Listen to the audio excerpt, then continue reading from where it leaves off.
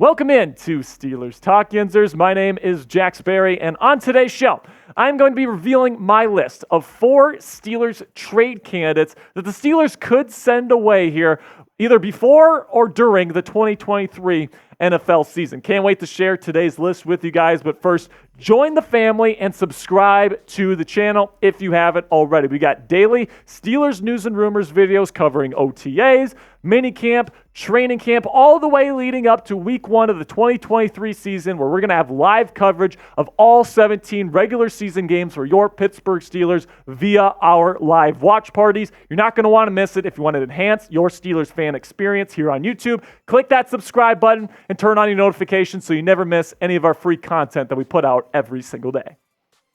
All right, now we get to my list of trade candidates, and I've got Kevin Dotson first on my list here because I'm not exactly sure he wants to be a Pittsburgh Steeler right now. Of course, he started at left guard for your Steelers last year. Lots of people did not like the play that he had.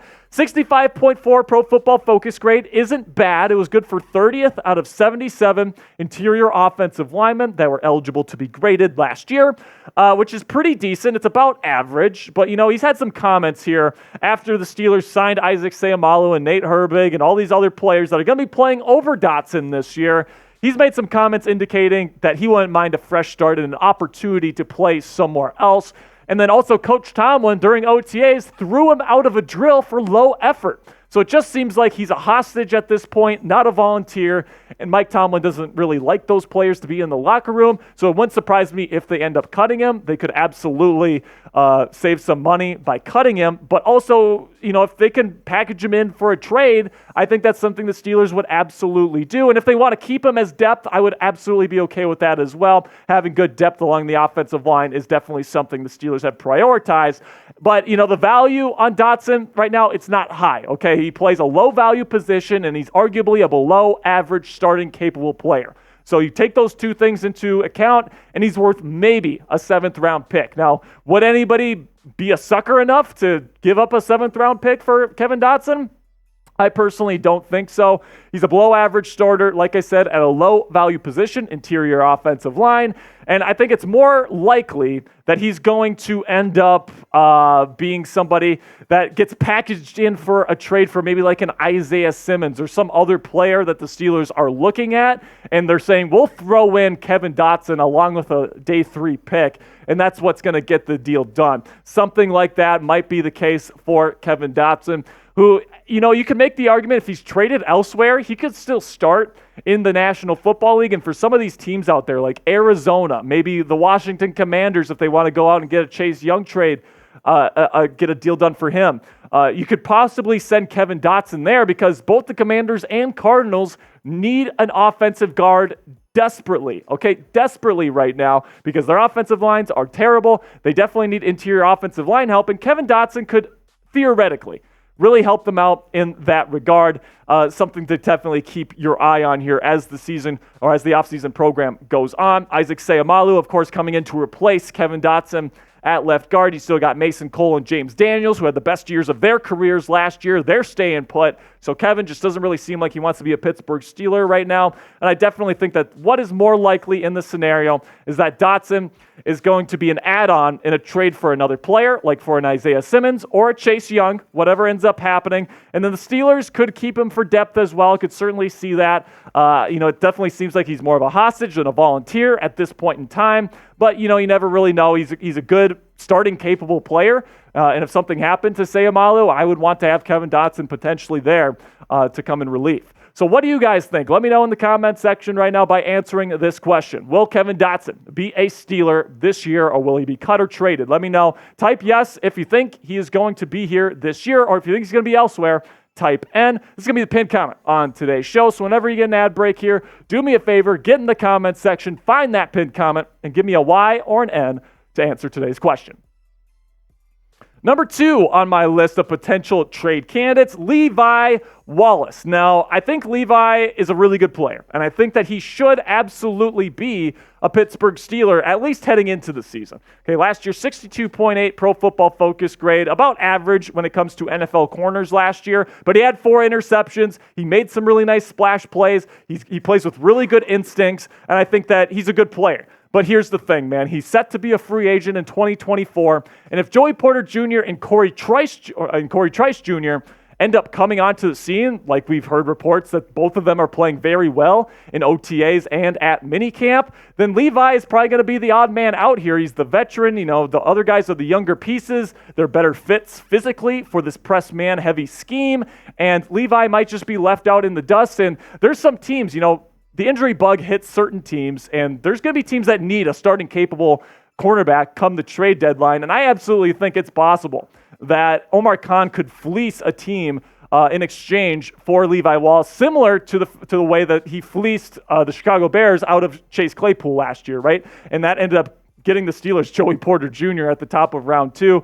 So I think maybe an early day 3 pick is what the value is, what I would put on Levi Wallace right now. But Omar Khan, you never know. A team might be desperate enough to give maybe a 3rd round pick or something like that for Levi Wallace's services. I think Wallace is a great placeholder while Joey Porter Jr. and Cory Trice Jr.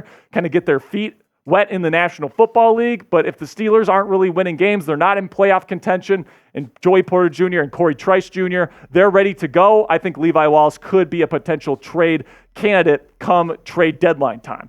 All right, so I'm going to be revealing the other names here on my list, but if you are a real one and you want to show it to the rest of the world, you can get one of the Real One shirts from Chat Sports on the Chat Sports website right now. Go to chatsports.com/Real One. We got a whole bunch of different colors in this shirt, so you don't have to get black, but I think that's probably the most appropriate for Pittsburgh Steelers fans. I think we have like red, green, some other different colors. You can pick the one that you want. So if you're a real one and you want to show your support for us here at Chat Sports, go to chatsports.com/Real One to get your Real One shirt today.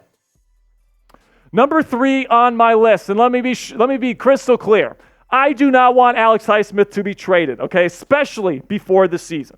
But here is the reality of the matter. He is set to be a free agent in 2024, and he does not have a new deal done just yet. Now, I think a deal will get done, but if it doesn't get done, and the Steelers are bad this year, they're not in playoff contention, and it doesn't seem like they're going to get a deal done with Alex, then you have to consider trading him away for additional draft capital because you need to get something for him before he leaves. Okay, that's just the fact of the matter. Now, I don't think it's going to come to this. I really don't. I think that he's going to get an extension done here within the next couple of weeks. I think it's going to be probably 3 to 4 years. I think he's going to be a Pittsburgh Steeler for a long time, and I don't want the Steelers to trade him. Okay, I really don't. But if those two things happen, a deal doesn't get done and it won't get done, plus the Steelers are bad, the Steelers just can't let him walk. They just can't. I don't think that's what it's going to come to, but it is a possibility, which is why he is on this list. Again, big disclaimer. I do not want to trade Alex Highsmith, so I don't want to see anybody in the comments section saying, why do you want to trade Alex Highsmith? I don't. All right, but what I'm saying is, if the situation gets to a point where Alex and the team are not going to come to a deal and the Steelers won't make the playoffs, you got to get something for him before he leaves for nothing. Like I said, I'm going to keep saying this. It's not going to come to that. He's going to get an extension done. Both the team and Alex have said that the negotiations have been going well and that they're close. Okay, so I really do think the extension's going to get done, but until the deal is inked, this is still a possibility, and it makes sense for him to be on this list. So I'm going to be revealing my last player on my trade candidates list here in just a second. But first, make sure you click that thumbs up icon and help out the channel by liking today's video. If you think the Pittsburgh Steelers have an elite pass rush with TJ Watt and Alex Highsmith and Cam Hayward leading the way. Are the Steelers elite? If you think so, click that thumbs up icon. It's a free and easy way to help out the channel. Really do appreciate all the support.